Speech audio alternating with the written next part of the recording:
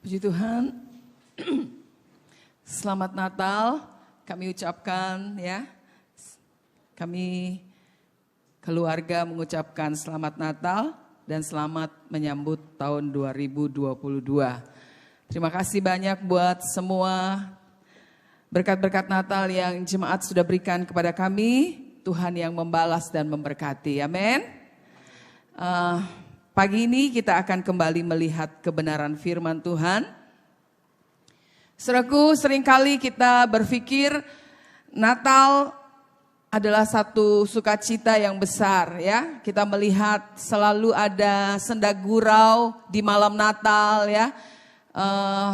Kita berkumpul dengan keluarga, bergembira, makan bersama, kemudian selfie-selfie, berfoto ya, di mana saja kita mengambil gambar dan foto-foto, kue-kue Natal dan lagu-lagu Natal selalu ada di dalam setiap momen Natal. Dan seringkali kita melihat bahwa itulah gambaran Natal yang sesungguhnya. Tapi saudaraku, kalau kita melihat di dalam Alkitab, ternyata Alkitab berisi tentang kisah-kisah yang sedih juga waktu Natal ya. Misalnya saja saudaraku, bagaimana keadaan Maria waktu dia menerima berita dari malaikat Tuhan bahwa dia akan mengandung ya. Tanpa ada hubungan suami dan istri. Apa yang Maria alami itu merupakan satu pergumulan yang berat ya. Mungkin bagi kita seorang wanita harus menanggung hal yang tidak pernah kita pikirkan ya. Pasti banyak air mata, pasti banyak tangisan yang Maria lakukan. Dia bergumul kenapa itu harus terjadi dalam kehidupannya. Dan kita lihat pada saat Maria melahirkan Yesus pun pasti dia merasakan kesakitan ya. Sebagai wanita yang normal pada waktu dia melahirkan seorang anak itu sakitnya luar biasa, ada tangisan. Ada wanita yang waktu melahirkan itu bisa jerit-jerit sampai seluruh rumah sakit mungkin ya kedengeran. Karena rasa sakit yang dialami. Bahkan juga ketika dia harus melakukan satu perjalanan ke Bethlehem dikatakan. Di mana mereka harus mendaftarkan diri di kota Daud, tempat kelahiran daripada Yusuf.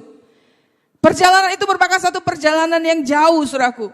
Dan itu ditempuh bukan dengan mobil, dengan motor, dengan kendaraan-kendaraan yang ada saat seperti ini. Tetapi kita lihat bahwa mereka hanya menggunakan seekor keledai.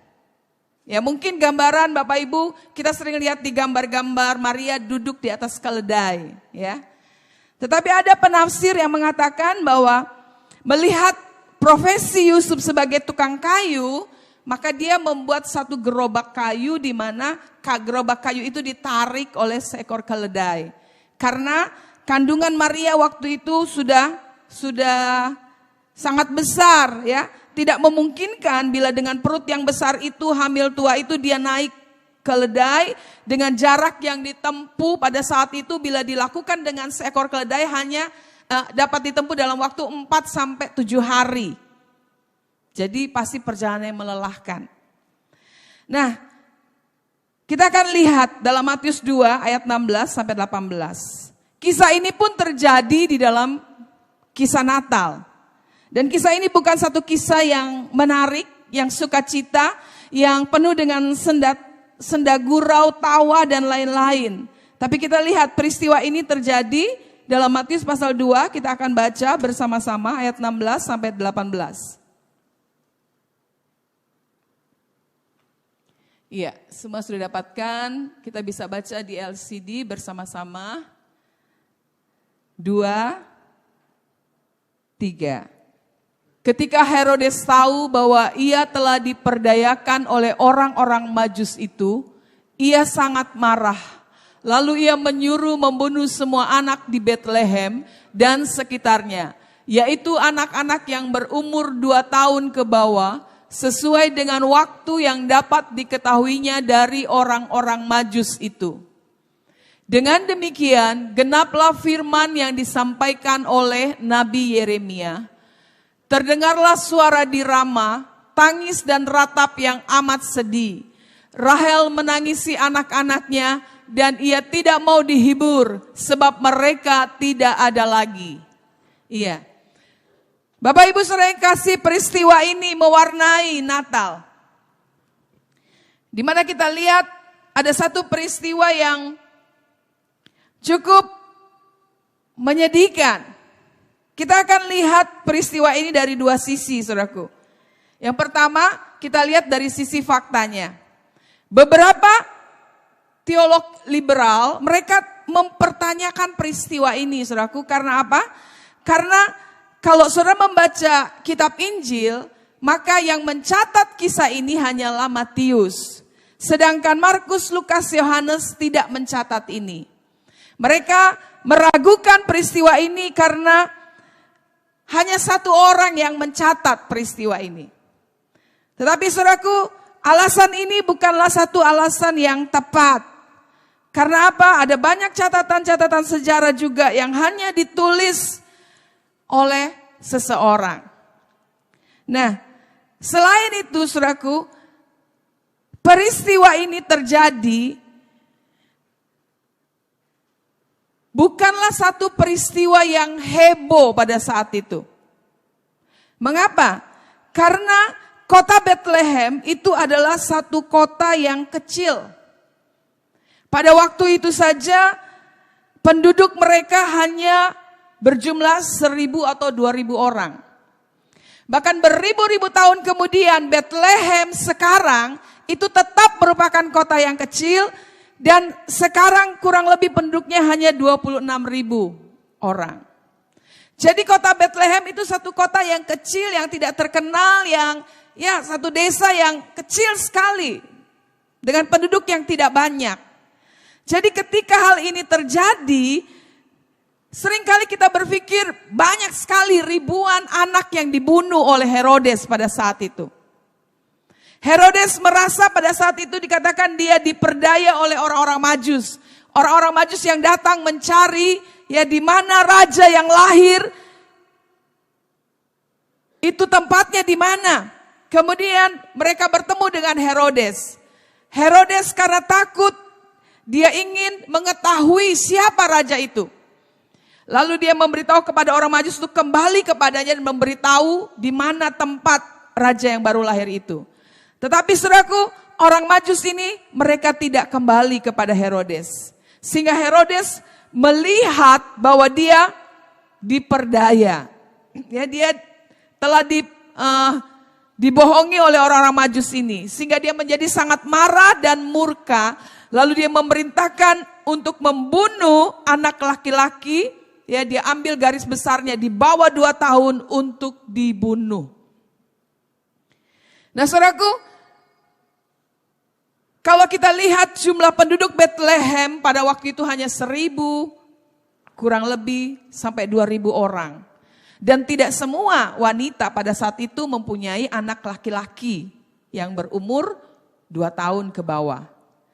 Jadi perkiraan saudaraku hanya kurang lebih 20 orang anak laki-laki yang terbunuh pada saat itu. Jadi berita ini bukanlah satu berita yang luar biasa, satu berita yang heboh tentang kejahatan-kejahatan Herodes pada saat itu.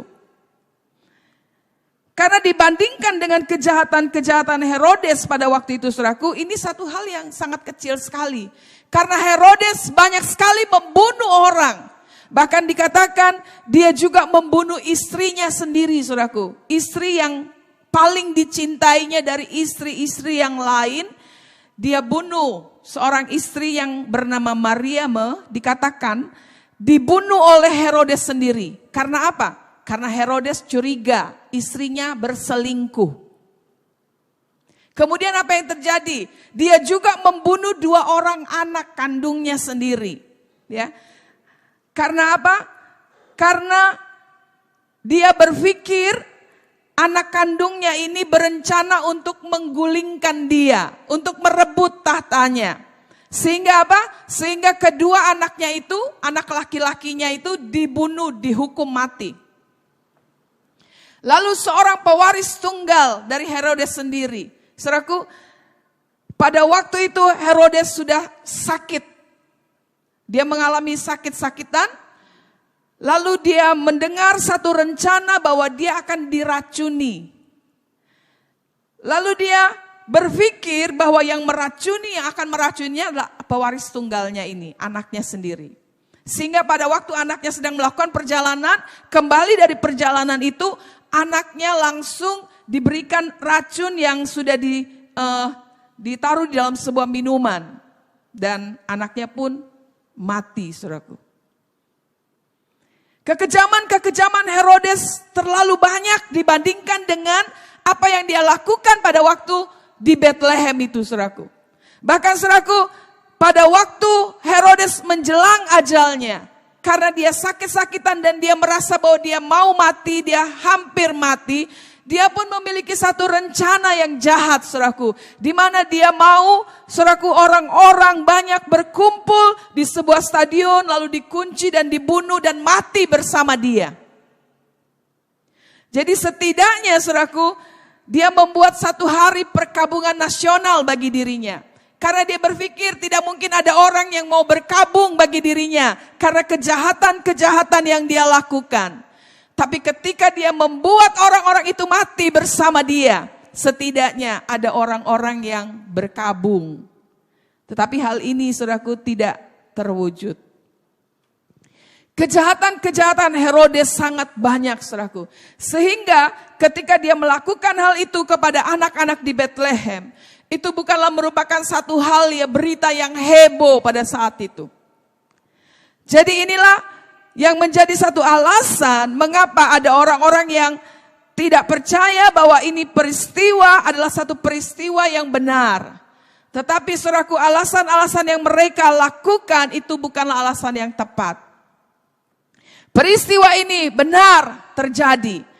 Karena ini adalah kebenaran firman Tuhan. Dan Allah menggerakkan Matius untuk mencatat peristiwa ini. Mengapa, saudaraku? Kita lihat dari sisi makna arti lewat peristiwa ini. Mengapa Tuhan izinkan justru di saat-saat itu terjadi peristiwa yang buruk ini? Kalau kita lihat dalam Matius 2 ayat 16 tadi, saudaraku. Di sini kita melihat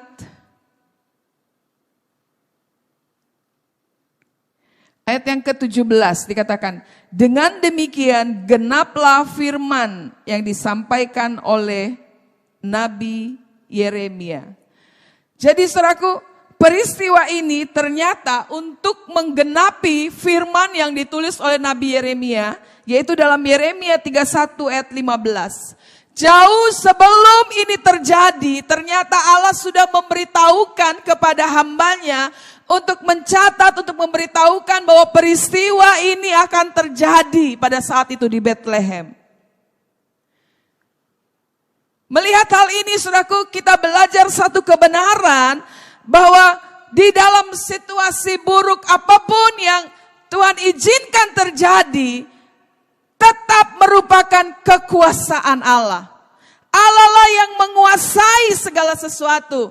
Allah lah yang berdaulat atas segala situasi yang terjadi di dalam hidup kita, di dalam dunia ini. Semua ada di dalam rencana Tuhan. Ada banyak hal yang akan terjadi dalam dunia ini, saudaraku. Sebentar di depan kita. Kita mungkin tidak tahu, tetapi firman Tuhan sudah mengatakannya. Ada beberapa kegenapan firman Tuhan yang akan terjadi di akhir zaman ini. Dan itu pasti akan terjadi. Tetapi ingat, saudaraku, bahwa di dalam segala sesuatu Allah berkuasa. Allah berdaulat. Allah kita Allah yang menguasai segala sesuatu. Yang kedua, saudaraku, kita melihat melalui peristiwa ini Allah menyediakan pertolongan bagi orang-orang yang bersusah hati. Dalam Matius pasal 2 tadi kita melihat ada dua golongan orang yang mengalami penderitaan. Ada air mata justru di dalam peristiwa Natal akibat tindakan Herodes ini. Yang pertama, ibu-ibu dari bayi-bayi yang dibunuh, ya. Dan yang kedua, Yusuf, Maria dan bayi Yesus. Mereka juga mengalami penderitaan. Kita lihat golongan yang pertama, ibu dari bayi-bayi yang dibunuh. Dalam ayat 18 dikatakan mereka sedih, mereka menangis dikatakan. Itu digambarkan seperti Rahel dikatakan menangis, ya. Anak-anaknya menangisi anak-anak dan tidak mau dihibur sebab mereka tidak ada lagi. Jadi saudaraku, Yeremia mengambil satu perumpamaan, satu kutipan dikatakan karena kuburan Rahel, istri yang dikasihi oleh Yakub itu meninggal dan dikubur di Ramah. Itu ada di sekitar Bethlehem. Nah, diambil satu gambaran Rahel itu menangisi anak-anaknya. Itu terjadi pada waktu apa, saudaraku? Pada waktu bangsa Yehuda ini ditawan, dibawa ke Babel. Karena ketidaktaatan mereka, karena kejahatan mereka, karena tidak mau bertobat kepada Tuhan. Maka mereka diizinkan oleh Tuhan, ditawan oleh bangsa Babel. Mereka dibawa sebagai tawanan. Mereka melewati jalan ini. Dan dikatakan, bagaimana sedihnya ada ratapan ketika melihat sepertinya Rahel melihat anak cucu keturunannya dibawa sebagai tawanan ke negeri Babel. Inilah gambaran yang diambil dalam ayat yang ke-18 tadi. Dan di situ juga dikatakan ada ibu-ibu dari bayi-bayi yang dibunuh ini. Mereka sangat sedih, mereka menangis. Memang tidak ada yang salah, saudaraku, kalau kita bersedih dan menangis, ya. Asal jangan air mata tanpa pertobatan, saudaraku ya. Asal jangan air mata buaya. Menangis tapi tidak pernah bertobat. Ibu-ibu ini menangis karena mereka menderita. Anak laki-laki mereka dibunuh, saudaraku. Yesus juga pernah menangis, saudaraku. Ketika dia melihat sahabatnya Lazarus mati. Mengapa Yesus menangis? Karena dia merasakan kesedihan yang luar biasa. Melihat akibat dosa, manusia harus mengalami kematian. Yesus menangis, dia bergumul ketika dia berada di Taman Getsemani. Mengapa dia menangis? Kenapa dia bergumul sampai keluar darah dari keringatnya? Karena dia merasakan betapa jahatnya dosa yang memisahkan hubungan Allah dan manusia. Betapa dia harus menanggung apa yang tidak pernah dia lakukan. Itu pun pernah dilakukan oleh Yesus. Nah, saudaraku, apa yang menjadi sikap yang salah bagi ibu-ibu yang menangis di dalam ayat yang ke-17 ini? Mereka menangis tapi mereka tidak mau dihibur. Sebab mereka tidak ada lagi. Jadi mereka mengalami satu kesedihan yang sampai mereka tidak mau dihibur, ya. Mereka mulai mengasihani diri mereka. Mereka terus-menerus menunjukkan pandangannya pada penderitaan mereka. Maka kesedihan mereka menjadi berlarut-larut, menjadi satu sikap yang salah. Karena mereka mulai mengasihani diri mereka dengan penderitaan yang dialami oleh mereka. Mereka merasakan satu hal yang luar biasa yang membuat mereka tidak bisa bangkit lagi. Mereka sampai-sampai dikatakan mereka tidak mau dihibur. Ini juga pernah dialami oleh Yakub, saudaraku, pada waktu dia mengetahui bahwa Yusuf anak kesayangannya itu dibunuh, katanya, dimakan oleh binatang buas dari cerita saudara-saudaranya. Itu Yakub menangis, dia tidak mau dihibur, bahkan tahun-tahun Yakub itu dikatakan itu dia mengasihani diri, dia mengalami satu penderitaan karena dia terus mengenang Yusuf anaknya yang dia pikir sudah mati. Nah, saudaraku, dalam menghadapi penderitaan, dalam menghadapi situasi yang buruk, yang mungkin diizinkan oleh Tuhan terjadi dalam hidup kita. Mari kita belajar, saudaraku, jangan sampai kita menolak penghiburan.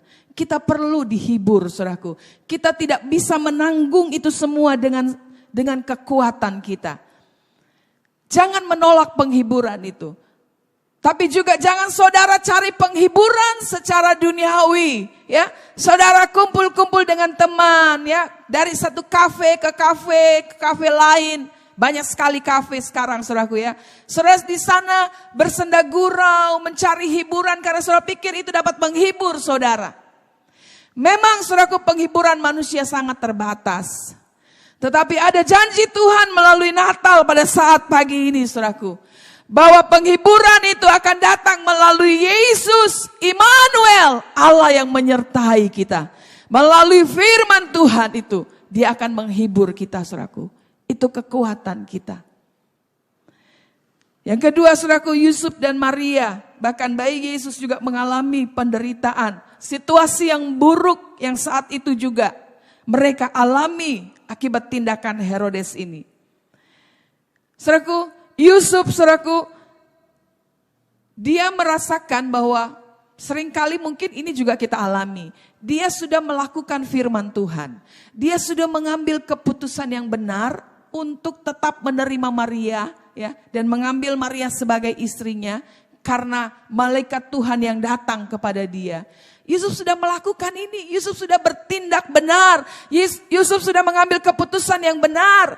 Tetapi, saudaraku, walaupun Yusuf saat itu sudah mengambil satu kehendak Allah dan melakukan kebenaran, tapi dia tetap harus melewati jalan yang sulit ini.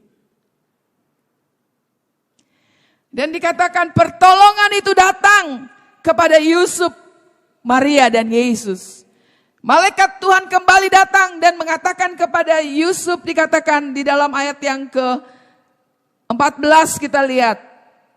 Ayat yang ke-13, setelah orang-orang Majus itu berangkat, nampaklah malaikat Tuhan kepada Yusuf dalam mimpi dan berkata, bangunlah, ambillah anak itu serta ibunya, larilah ke Mesir dan tinggallah di sana sampai aku berfirman kepadamu, karena Herodes akan mencari anak itu untuk membunuh dia.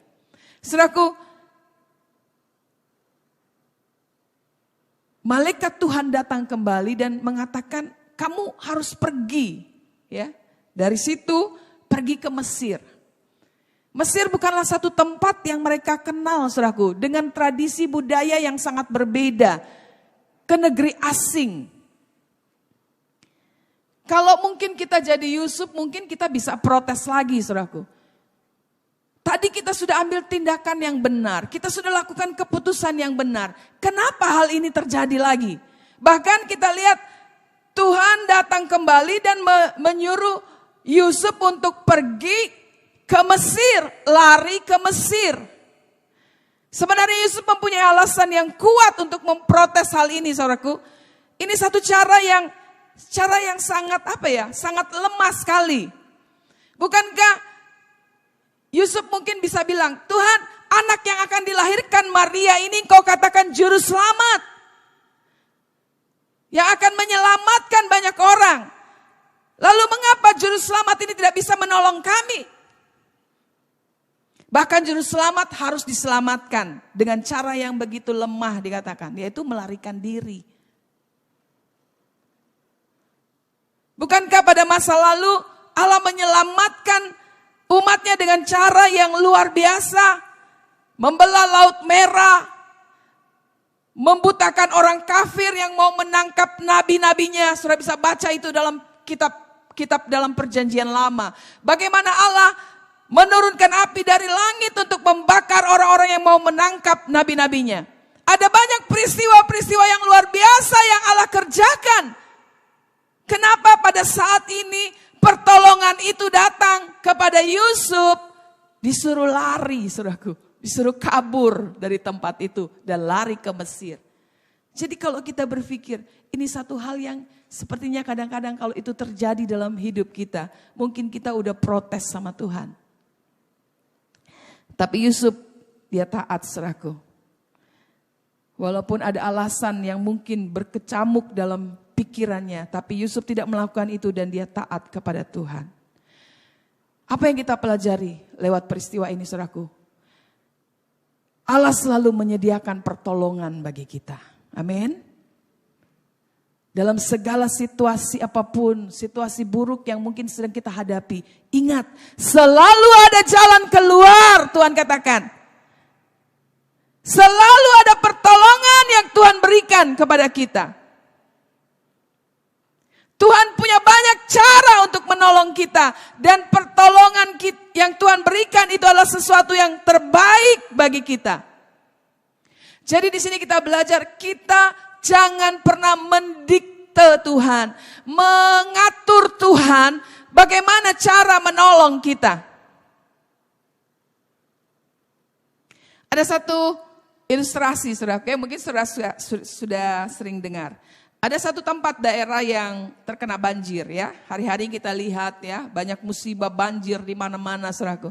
Nah, rupanya saat itu daerah ini terkena banjir yang hebat sehingga rumah-rumah hampir terendam semua, saudaraku.